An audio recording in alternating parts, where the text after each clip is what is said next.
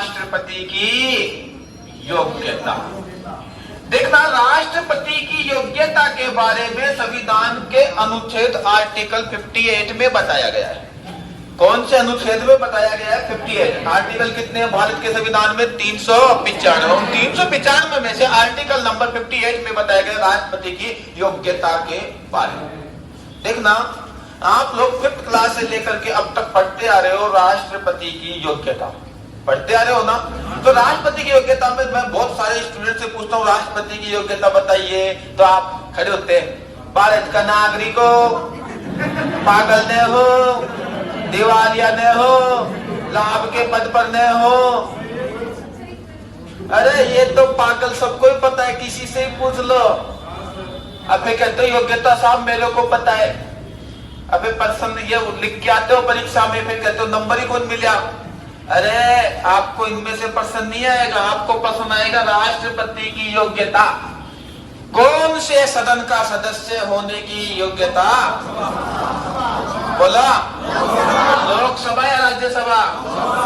लोक है। अब आपको यह बताना लोकसभा की योग्यता हो या होने की योग्यता रखता हो?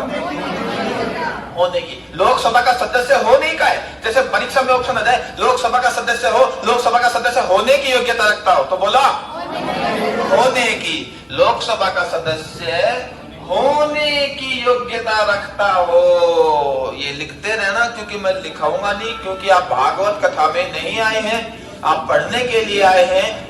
तो दोनों दिमाग खुले रखो।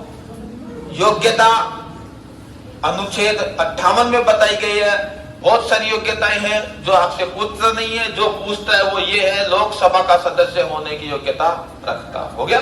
अब देखना, लोकसभा का सदस्य होने की योग्यता रखते हो, लेकिन कभी कभी ये भी पूछ लेता है योग्यता, उम्र बताओ।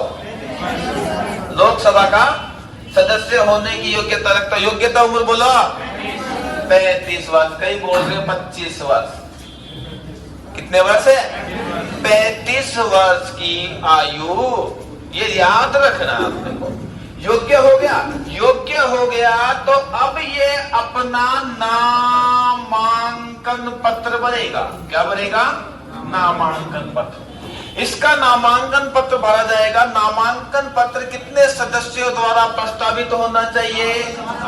अरे बोलो, 50 सदस्यों द्वारा प्रस्तावित होना चाहिए। कितने सदस्यों द्वारा समर्थित होना चाहिए? अरे बोलो 50 सदस्यों द्वारा तो प्रस्तावित होना चाहिए, लेकिन तुम्हें 50 सदस्यों द्वारा ही समर्थित होना चाहिए इसका नामांकन पत्र। तो अब इसका नामांकन पत्र इसने भर दिया। अब नामांकन पत्र भर दिया तो इसका चुनाव होगा। क्या होगा? चुनाव। अब इसका चुनाव होगा, राष्ट्रपति का चुनाव होगा, इंपॉर्टेंट है। तो राष्ट्रपति का चुनाव होगा। राष्ट्रपति का चुनाव निर्वाचन मंडल करता है, लेकिन निर्वाचन मंडल से पहले मैं ये बोलना चाहूंगा, आप गलत करते हैं। राष्ट्रपति का चुनाव कौन करता है? ऑप्शन आ जाए, वापस से देखना।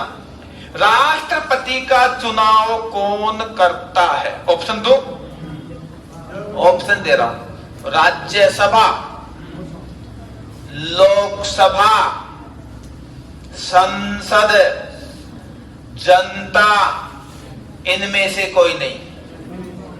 बराबर। देखना, आप लोग सोचने लग गए ना, जबकि ये प्रश्न कई बार आता है राष्ट्रपति का चुनाव। हमारे भारत में गणतंत्रात्मक शासन है, चुना जाता है, जनता चुनती है। याद है? तो कौन चुनेगा? जनता। अब जनता क्या होती है पता है ना? आप। जनता राष्ट्रपति का चुनाव करेगी। तो देखना, राष्ट्रपति का चुनाव कौन करता है? जनता। अब देखना, आप लोग इकोनॉमिक्स में पढ़ते हैं प्रत्यक्ष और अप्रत्यक्ष, डायरेक्ट एंड इनडायरेक्ट। समझ गए ना? आप कहते हो ना डायरेक्ट क्यों बोले हो? अरे इनडायरेक्ट मैं सब समझू बोलते हो ना, डायरेक्ट और इनडायरेक्ट। देखना, यहां पर डायरेक्ट प्रत्यक्ष, इनडायरेक्ट, अप्रत्यक्ष। तो आप लोग क्या काम करते हो, एमएलए एमपी को चुनते हो ना, और एमएलए एमपी राष्ट्रपति को चुनते हैं। तो राष्ट्रपति को किसने चुना, जनता ने। डायरेक्ट चुना या इनडायरेक्ट? इनडायरेक्ट चुना ना। तो राष्ट्रपति का चुनाव जनता करती है अप्रत्यक्ष से। लेकिन गुरुजी के प्रत्यक्ष रूप से कौन करता है? प्रत्यक्ष रूप से निर्वाचन मंडल करता है। लिख लेना, राष्ट्रपति का चुनाव जनता करती है अप्रत्यक्ष रूप से, और प्रत्यक्ष रूप से निर्वाचन मंडल करता है एकल संक्रमणीय पद्धति के द्वारा। नोट करना है, राष्ट्रपति का चुनाव प्रत्यक्ष रूप से निर्वाचन मंडल करता है, अप्रत्यक्ष रूप से जनता करती है। पर्सन आएगा उसके हिसाब से उत्तर देना, आपको रटना नहीं है। राष्ट्रपति का चुनाव अप्रत्यक्ष रूप से कौन करेगा भाई, बोलो? जनता। अप्रत्यक्ष रूप से कौन करेगा? जनता। अप्रत्यक्ष रूप से कौन करेगा? निर्वाचन मंडल। जनता करेगी अप्रत्यक्ष रूप से, प्रत्यक्ष रूप से निर्वाचन मंडल। एकल संक्रमणीय पद्धति के द्वारा। एकल संक्रमणीय पद्धति मैंने कल परसों आपको बताई थी कि एकल संक्रमणीय पद्धति क्या होती है। देखना, एकल संक्रमणीय पद्धति आपको मैंने पिछली क्लास में बताई थी कि जब ये चुनाव होते हैं तो वरीय अपन जब इनको वोट डालते हैं तो अपन चॉइस बढ़ते हैं। फर्स्ट चॉइस इस राष्ट्रपति की, सेकंड चॉइस इस राष्ट्रपति की, थर्ड चॉइस इस राष्ट्रपति की, ठीक है। यदि मत मूल्य फर्स्ट चॉइस में बराबर हो तो सेकंड चॉइस देखी जाती है। मैंने कल बताया था कि द्वितीय पसंद की मतगणना अनुसार राष्ट्रपति कौन निर्वाचित हुआ था, वीवी, ऐसा बताया था ना मैंने आपको। तो ये चॉइस के आधार पर अब अभी अपन ने बात की मतगणना अनुसार, तो मत मूल्य निकाला जाता है। विधायक का मत मूल्य अलग निकाला जाता है, एमपी का मत मूल्य अलग निकाला जाता है। ये मत मूल्य कैसे निकालेंगे वो बताएंगे। तो विधायक का मत मूल्य ये है, एमपी का मत मूल्य ये है। विधायक का मत मूल्य निकालने का फॉर्मूला मैं आपको बताऊंगा, एमपी का मत मूल्य कैसे निकाला जाता है उसका फॉर्मूला भी मैं आपको बताऊंगा। फिर वोटिंग होगी, फिर वोट होंगे, तो फिर वरीयता क्रम पे इनको वोट, भाई मेरे को फर्स्ट चॉइस ये, सेकंड चॉइस ये, ऐसे वोटिंग हो जाएगी। इसी विधि को बोलते हैं एकल संक्रमणीय विधि। समझ गए कि नहीं समझे? मैं यहाँ पर ये कह रहा हूं कि यहाँ पर विधायक का मत मूल्य निकाल लेंगे। एमपी को बोलते हैं सांसद का मत मूल्य निकाल लेंगे। मत मूल्य यहाँ पर विधायक का, सांसद का मत मूल्य निकाल लेंगे, विधायक का, सांसद का।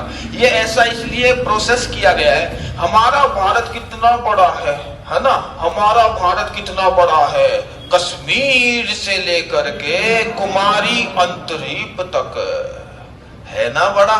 इंदिरा कोल पॉइंट से लेकर के इंदिरा पॉइंट तक इतना बड़ा है हमारा भारत। पश्चिम से पूरब तक कितना बड़ा है। पश्चिम में गुजरात में गोरमाथा, पश्चिम और पूरब में अरुणाचल प्रदेश में कीबूथी। आपको पता इतना बड़ा भारत है, कितने सारे एमएलए, कितने सारे एमपी है। पता चला 3 एमपी तो मर गए, 2 एमपी मर गए, 1 एमपी गायब है। या पता चला एमएलए 2 मर गए, 2 एमएलए गायब है, बीमार हो गए। तो अब वोट डालने कौन जाएगा? तो क्या राष्ट्रपति का चुनाव होगा? राष्ट्रपति के चुनाव पर कोई प्रभाव नहीं पड़ेगा। क्यों? यदि एमएलए कम है, सपोज मान लो अपने राजस्थान में 200 एमएलए हैं, 200 एमएलए में मान लो 10 एमएलए गायब है, 20 एमएलए गायब, 50 एमएलए गायब है, कोई बात नहीं। 100 एमएलए तो 100 एमएलए का मत मूल्य निकाल लेंगे कि एक एमएलए की रेट मत मूल्य इतना है, एमपी की इतना है। अब जितने हैं उतने आ जाओ, उसके हिसाब से मत मूल्य निकाल लेंगे। चुनाव हो गया, कोई बीमार हो, मर गो, कुमी हो, राष्ट्रपति का चुनाव होगा। मेरे चित्र से याद है, कई बार की सुना चुका है कि यदि निर्वाचन मंडल अपूर्ण हो तो राष्ट्रपति के चुनाव पर कोई प्रभाव पड़ेगा क्या? नहीं। प्रश्न क्या था? निर्वाचन मंडल अपूर्ण हो, अपूर्ण का मतलब एमएलए एमपी, तो क्या राष्ट्रपति के चुनाव पर कोई प्रभाव पड़ेगा? कोई प्रभाव नहीं पड़ेगा। यदि एमएलए एमपी कम है तो मत मूल्य उस हिसाब से निकल जाएगा, ज्यादा है तो मत मूल्य उस हिसाब से निकल जाएगा। तो ये है आपकी एक कल संक्रमणीय पद्धति। समझ में आया कि नहीं आया? अरे कौन आयो के? हाँ। क्या आप में से कोई बता सकता है कि विधायक का मत मूल्य निकालने का सूत्र क्या है? देखना कैसे निकालते हैं। राज्य की कुल जन संख्या बटा कुल निर्वाचित विधायक, कुल निर्वाचित विधायक जितने भी हैं गुणा, बोलो कितना?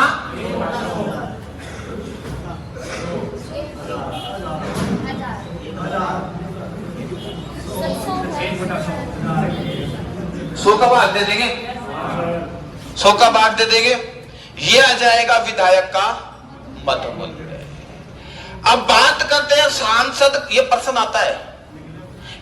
आता है कि विधायक का मत मूल्य कैसे निकालते हैं? एक स्टूडेंट बोला लिख लिया के, तो क्या भागवत में थोड़ी आया है? समझता भी रहे, लिखता भी रहे, पढ़ता रहे, सारे काम खुद को ही करने हैं। अब आप बड़े हो गए तो टीचर थोड़ी बोलेगा लिखो। देखना, निर्वाचन मंडल के बारे में बताया गया है क्या? अभी बताऊंगा। निर्वाचन मंडल के बारे में अनुच्छेद 54 में बताया गया है। निर्वाचन मंडल, राष्ट्रपति का चुनाव एकल संक्रमणीय पद्धति के द्वारा होता है। एकल संक्रमणीय पद्धति में मत मूल्य निकाला जाता है विधायकों का और एमपी का। विधायक का मत मूल्य कैसे निकाला जाता है? राज्य की कुल जनसंख्या बटा कुल निर्वाचित विधायक की संख्या, कुल निर्वाचित विधायक, क्लियर?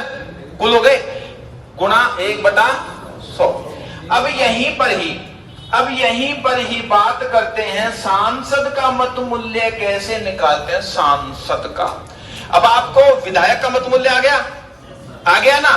तो यहां पर आ गया कुल विधायकों का मत मूल्य का योग। कुल विधायकों का मत मूल्य, जैसे राजस्थान के विधायकों आ गए ना मत मूल्य, तो सबका योग कर दो और उसमें भाग दे दो कुल निर्वाचित सांसद। कुल निर्वाचित सांसद का भाग दे दो।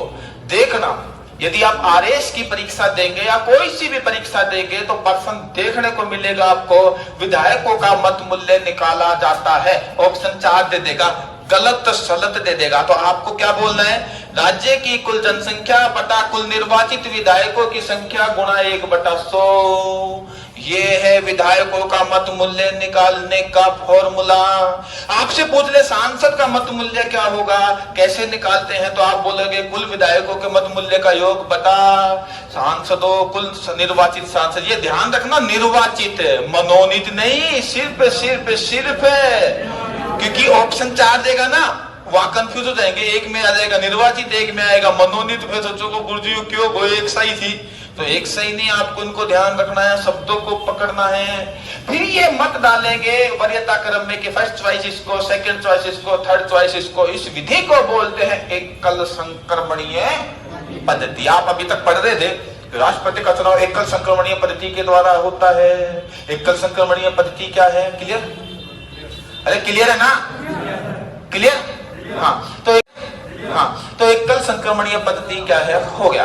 बताइए, राष्ट्रपति के निर्वाचन मंडल के बारे में किसमें बताया गया है? अनुच्छेद 54 में बताया गया है। निर्वाचन मंडल के बारे में कौन से अनुच्छेद में बताया गया है? 54 में। गुरुजी के मैं ये पूछ रहा हूं, कि निर्वाचन मंडल में कौन कौन भाग लेता है? निर्वाचन मंडल में कौन कौन भाग लेता है? तो बताता हूं कौन कौन भाग लेता है। क्लियर? कि चरण स्पर्श की महत्वता, उसके ऊपर बोल रहा था मैं।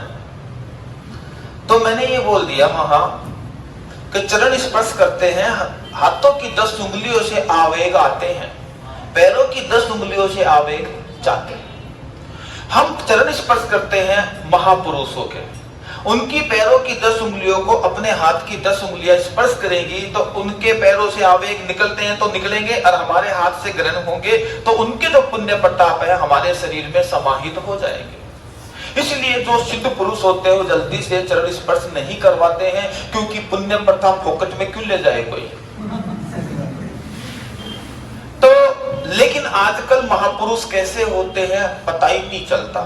जैसे जैसे जैसे जैसे बाबा राम रहीम,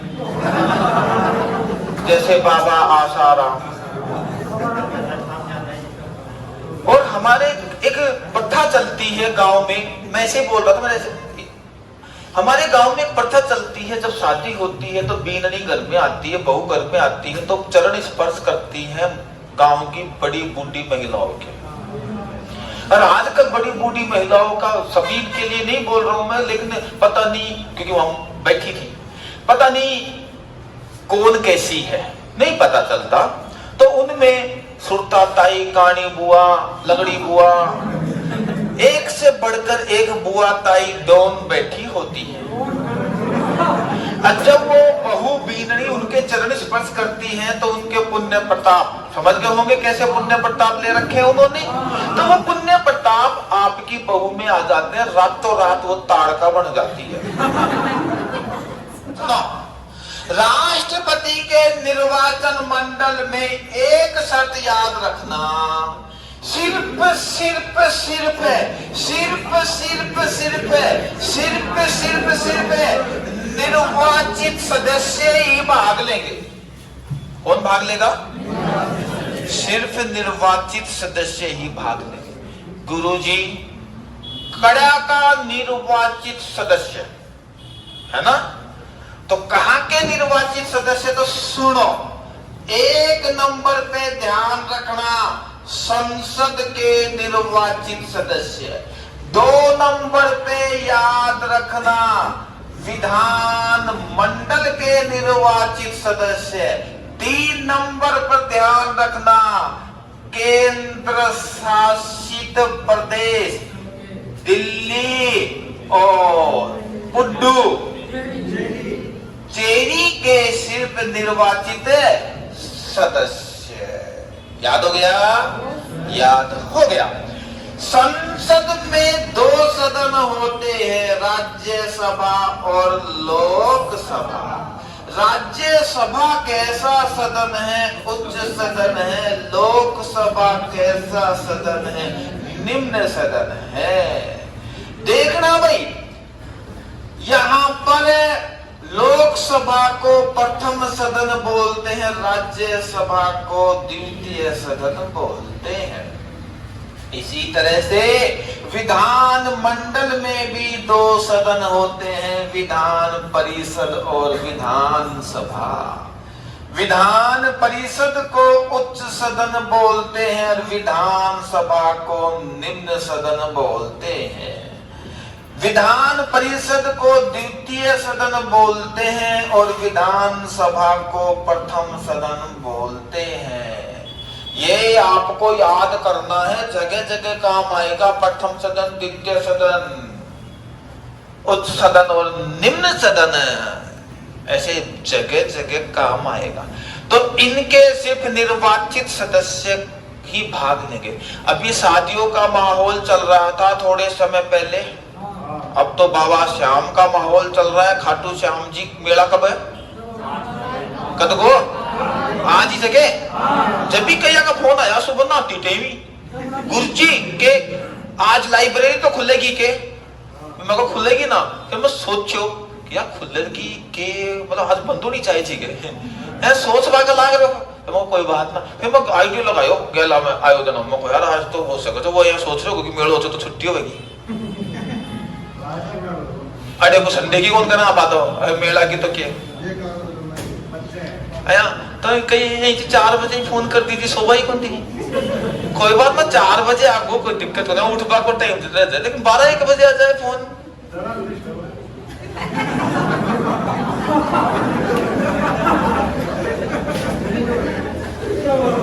तो हाँ, अच्छा एक बात बताओ, शादियों का माहौल चल रहा है, आपके घर में कार्ड आता है पिताजी के नाम से, जैसे श्री पोकरमल जी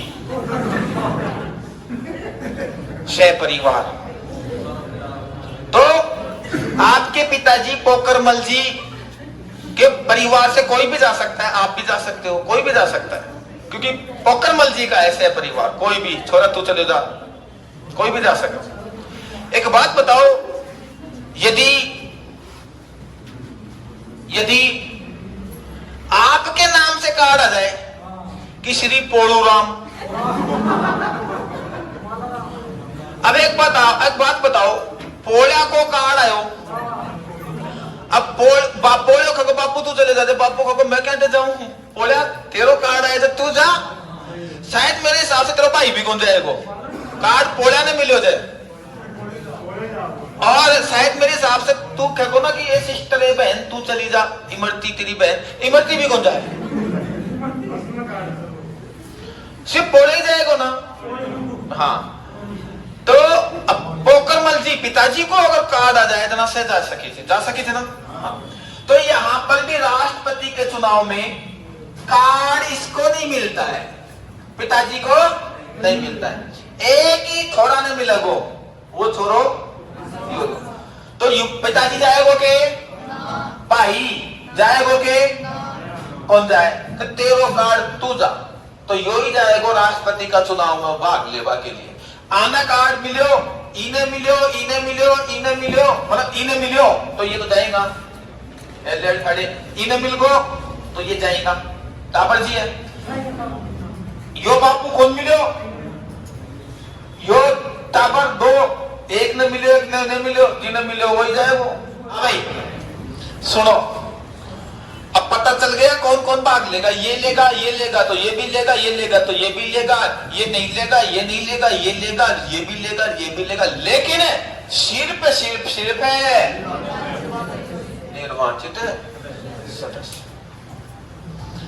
अब मैं प्रश्न बोलूंगा, आप उत्तर बोलोगे, लेकिन अंग्रेजी में बोलूंगा, यस नो, बस अति अंग्रेजी आती है, यस और नो बोल दोगा, बोल दो, बताओ। देखो भाई, रिदम टूटनो नहीं चाहे, मतलब मार्केट में लोग बैठे थे नहीं, यहाँ लाखों चाहे पट रहे चिट्टा पर। बताओ, राष्ट्रपति के चुनाव में क्या संसद के सभी सदस्य भाग लेंगे? जो यस बोले तो मैं मुर्गा बन जाऊं ईमानदारी से।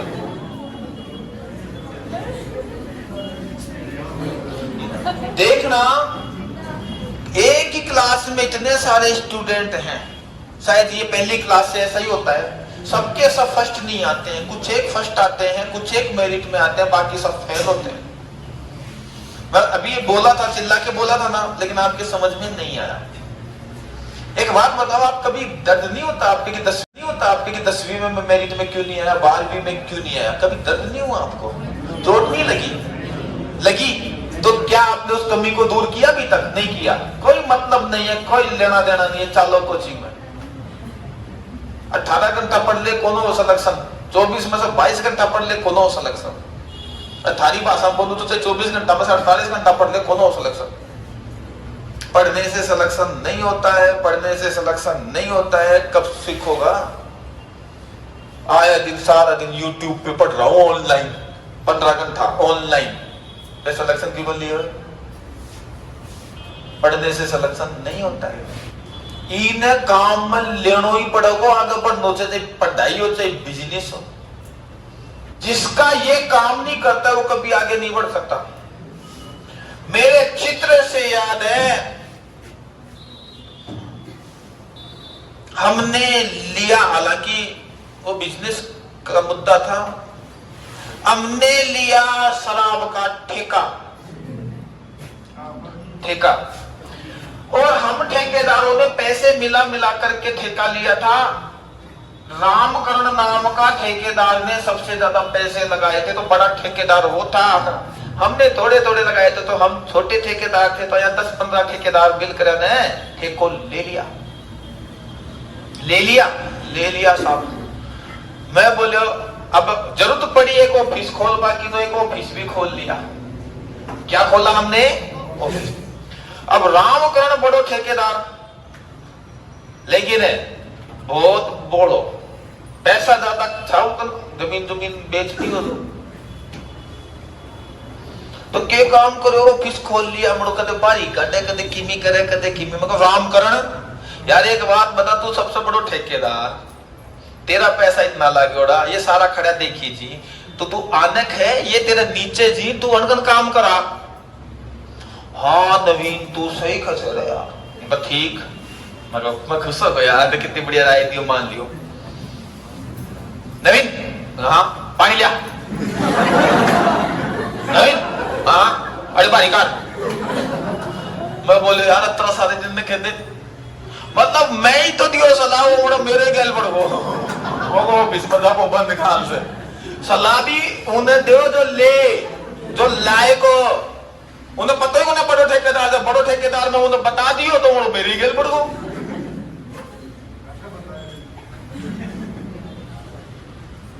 तो लोग थे वो आदमी घरा बैठे जब, तो अहिया का आदमी जो दिमाग को चाले है ना, चलाना पड़े से सके दिमाग, वो न पढ़ाई में सक्सेस हो न हो, क्योंकि आजकल जमानो बदल को, तोता की जगह स्टूडेंट जो थी उनको सिलेक्शन आ जाओ ना खाल। तोता को जमानो गयो तो पहली तोता स्टूडेंट्स को, तो अब को ना पिक्चर को नहीं कौन चीज है आमिर खान की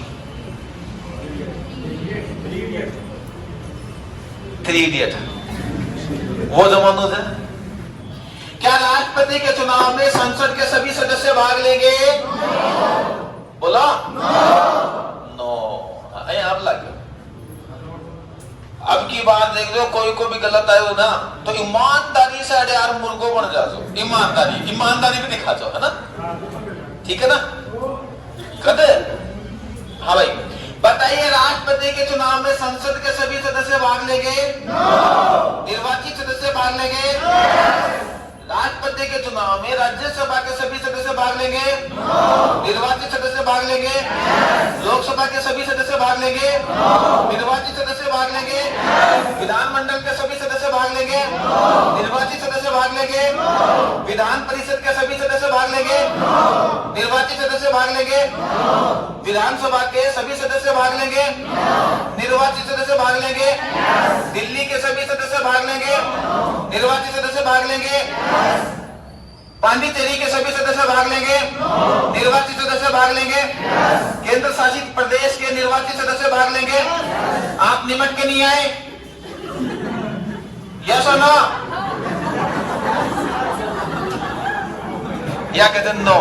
बिल्कुल सही बोली, निमट को नहीं। बोलो भाई निमट कौन आया? यस और नो? यस, वो यस बोल रहे थे, वो भी कौन निमट रहा है? या नो बोली तो या भी कौन निमट रहा है? तू यस बोल रहे, तू भी कौन निमट रहा हो? इससे ये सीखने को मिलता है कि सुन के समझ के बोलना चाहिए, है ना? हाँ ये ज्ञान मिला, बिना सोचे समझे कभी मत बोलो, है ना? राष्ट्रपति को दिलाएंगे हम शपथ, तो अब हेडिंग डालें राष्ट्रपति की शपथ। राष्ट्रपति की शपथ के बारे में आर्टिकल नंबर 60 में बताया गया है। कौन से आर्टिकल में बताया गया?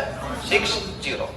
राष्ट्रपति की शपथ के बारे में 60 में बताया गया। आर्टिकल नंबर 60 60, सिर्फ 60, 160 नहीं 60।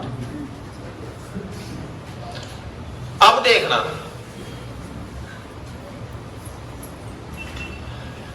इस साइड में कोई भी लड़की बता सकती है राष्ट्रपति को शपथ कौन दिलाता है? सर्वोच्च न्यायालय, सर्वोच्च न्यायालय का, ये कह रही है सर्वोच्च न्यायालय का मुख्य न्यायाधीश, और ये कह रही है उच्चतम न्यायालय का मुख्य न्यायाधीश। अब बता सही कौन सो? तू बता सही कौन सो? दोनों ही सही है, एक ही बात है ना। लेकिन ये कह रही है सर्वोच्च न्यायालय का न्यायाधीश, तो सर्वोच्च न्यायालय का न्यायाधीश सही है, सर्वोच्च न्यायालय का मुख्य न्यायाधीश सही है? एक ही बात है, बोले कौन बताओ? अलग अलग है। मुख्य एक होता है, न्यायाधीश अनेक होते हैं। मुख्यमंत्री, मंत्री, मंत्री अनेक और मुख्यमंत्री एक। प्रधानमंत्री एक, मंत्री अनेक। मुख्य न्यायाधीश एक, न्यायाधीश अनेक। अलग अलग हुआ को नहीं है? बता होगा ना? तो ये चूड़ा पहले की लाख का सीखे, मतलब सोम आती दांत का सीखे होया, रेडियम का सीखे। बताओ को ना रेडियम मत पैर होगा, बताए तो ना क्यों पहले की? और पहले कोई बात ना, एक साल तक पहलेगी ना उसके बाद डाल दी। रेडियम हमारे शरीर के संपर्क में रहता है तो शरीर में घुसता है, जिसके साइड इफेक्ट है। अगर ये रेडियम है तो रेडियम नहीं है तो कोई दिक्कत नहीं है, रेडियम की मत करो। रात में चमकी थी तो मैं तो रेडियम है कहा, रात में चमकी थी ना, ये पता ही बनेगा रेडियम। रेडियम रात को चमकता है अंधेरे में। अब स्वामी ले रहा है उधर चूड़ी है कि रेडियम की, वो रेडियम की लाए उधर। मैं उन्हें सलाह दी तो रेडियम की चूड़ी लिया, क्योंकि ब्याह हो उधर मार्च में, अरे की लुगाई तवा की काली। अब रेडियम की चूड़ी डाल दूंगा था मैं, अंधेरा में चमको को लुगाई पीछे होगी वहां बैठी बोले क्यों भाई रेडियम चमकता है।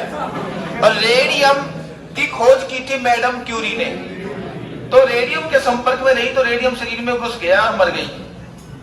शीशा शरीर में घुस जाता है, मर जाता है। रेडियम शरीर में घुस जाता है, कई रोग हो जाते हैं। ये रेडियम नहीं है कोई दिक्कत नहीं, प्लास्टिक है या कोई भी और कुछ चीज है कोई दिक्कत नहीं। रेडियम है तो नुकसान, साइड इफेक्ट है ना। तो आज आप देखना अंधेरे में चमकता है कि नहीं चमकता। अगर अंधेरे में चमके है तो फिर थोड़ी सी चिंता करते, जल्दी से जल्दी साल पर 5 फिर नजर दीजिए। हाथी दांत के राजपूत होते हैं, राजपूत पैसे वाले होते हैं, हाथी दांत के चूड़े पहनते हैं, ये रिवाज होता है ना, ये प्रथा होती है आपके राजपूतों में। तो हाथी दांत के चूड़े पहनते हैं। अब ना तो हाथी असली का, न हाथी दांत असली का, न असली का राजपूत पति न हो तो दूसरे सदन में चला जाएगा। दूसरा सदन का सभापति को, दूसरा सदन है लोकसभा, तो लोकसभा अध्यक्ष को दे देगा, दूसरे सदन पे चला जाएगा। एक पहले सदन में नहीं है डंका आदमी, मतलब तो दूसरे सदन में दे देगा। लोकसभा त्याग पत्र हो गया, शपथ त्याग पत्र। वेतन बोलो भाई, वेतन कितना मिलता है? 5 लाख रुपए भारत सरकार की संचित निधि से। भारत सरकार की संचित निधि से वेतन मिलेगा 5 लाख। 5 लाख रुपए संचित निधि से वेतन मिलेगा। अच्छा, अगर राष्ट्रपति किसी काम से कहीं चला जाए तो पदभार कौन संभालेगा? उपराष्ट्रपति भी चला जाए तो सर्वोच्च न्यायालय का मुख्य न्यायाधीश। ऐसा कभी हुआ था? हाँ हुआ था, एक बार हुआ था। राष्ट्रपति मर गया था जाकिर हुसैन, उपराष्ट्रपति था वीवी गिरी, त्याग पत्र दे दिया तो राष्ट्रपति का पद खाली हो गया। ऐसे समय में सर्वोच्च न्यायालय का मुख्य न्यायाधीश था मोहम्मद हिदायतुल्ला। शायद ये चर्चा मैंने 2-3 दिन पहले की थी। मोहम्मद हिदायतुल्ला ने कार्यवाहक राष्ट्रपति का पद ग्रहण किया था। तो आपसे पूछेगा कि यदि राष्ट्रपति की अनुपस्थिति में पदभार कौन संभालेगा? उपराष्ट्रपति। उपराष्ट्रपति भी न हो तो पदभार कौन संभालेगा? तो हम कहेंगे सर्वोच्च न्यायालय का मुख्य न्यायाधीश। ऐसा क्या कभी हुआ था क्या? हाँ, ऐसा पूरे संविधान में एक बार ही हुआ था। कैसे हुआ था? जाकिर हुसैन राष्ट्रपति थे, मृत्यु हो गई थी। उपराष्ट्रपति थे वी गिरी, इन्होंने कहा कि मैं राष्ट्रपति बनूंगा, चुनाव लड़ूंगा, मेरा रे पकड़ो त्याग पत्र, दोनों पद हो गए खाली। ऐसे समय में सर्वोच्च न्यायालय का मुख्य न्यायाधीश था मोहम्मद हिदायतुल्लाह। तो प्रश्न आता है कि ऐसे व्यक्ति का, ऐसे मुख्य न्यायाधीश का नाम बताए जिसने डायरेक्ट राष्ट्रपति का पद का निर्वहन किया हो। तो ऐसा व्यक्ति कौन है? मोहम्मद हिदायतुल्लाह है। तो मुख्य न्यायाधीश से सीधा क्या बन गया था? राष्ट्रपति, है ना, राष्ट्रपति। मोहम्मद हिदायतुल्लाह सीधे मुख्य न्यायाधीश से क्या बन गया? राष्ट्रपति। ये कहानी भी लिखनी है। जाकिर हुसैन वी गिरी, अपने पद पे रहते हुए कौन राष्ट्रपति बना था? जाकिर हुसैन। वी गिरी हिदायतुल्लाह, राष्ट्रपति, उपराष्ट्रपति, सर्वोच्च न्यायालय का मुख्य न्यायाधीश। अब यहाँ संचित निधि क्या होती है मैं यही बता देता हूँ आपको। संचित निधि क्या है? संचित निधि क्या है मैं यही बता देता हूँ। क्लियर? फिर बार बार आएगा नहीं बताऊंगा। देखना, निधि बोलते हैं खजाने को। किसको? खजाने को। खजाने को निधि बोलते हैं। अर्थ, मीनिंग। तो संचित का मतलब संचय, धन संचय रहता है इस निधि में। एक ऐसा फंड, एक ऐसा खजाना जिसमें धन संचय होता है। कौन सा धन संचय होता है? विदेशों से जो भारत सरकार ऋण लेती है वो। राष्ट्रपति, राज्यसभा का सभापति, राज्यसभा का सभापति, उपसभापति, महान्यायवादी,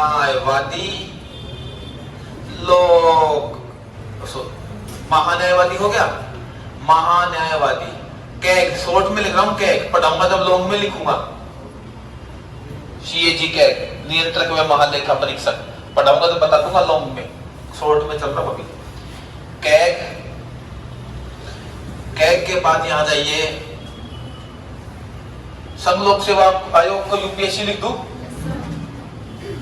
UPSC का अध्यक्ष व सदस्य,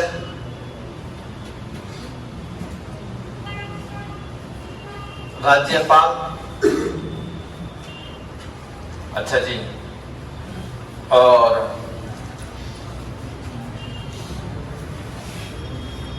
प्रधानमंत्री, उच्चायुक्त और राजदूत।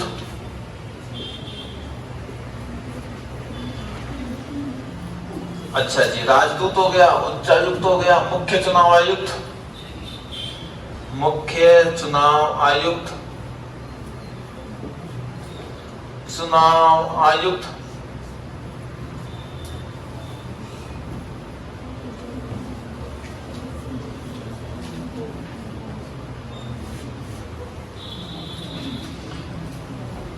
इनको वेतन मिलता है भारत सरकार की संचित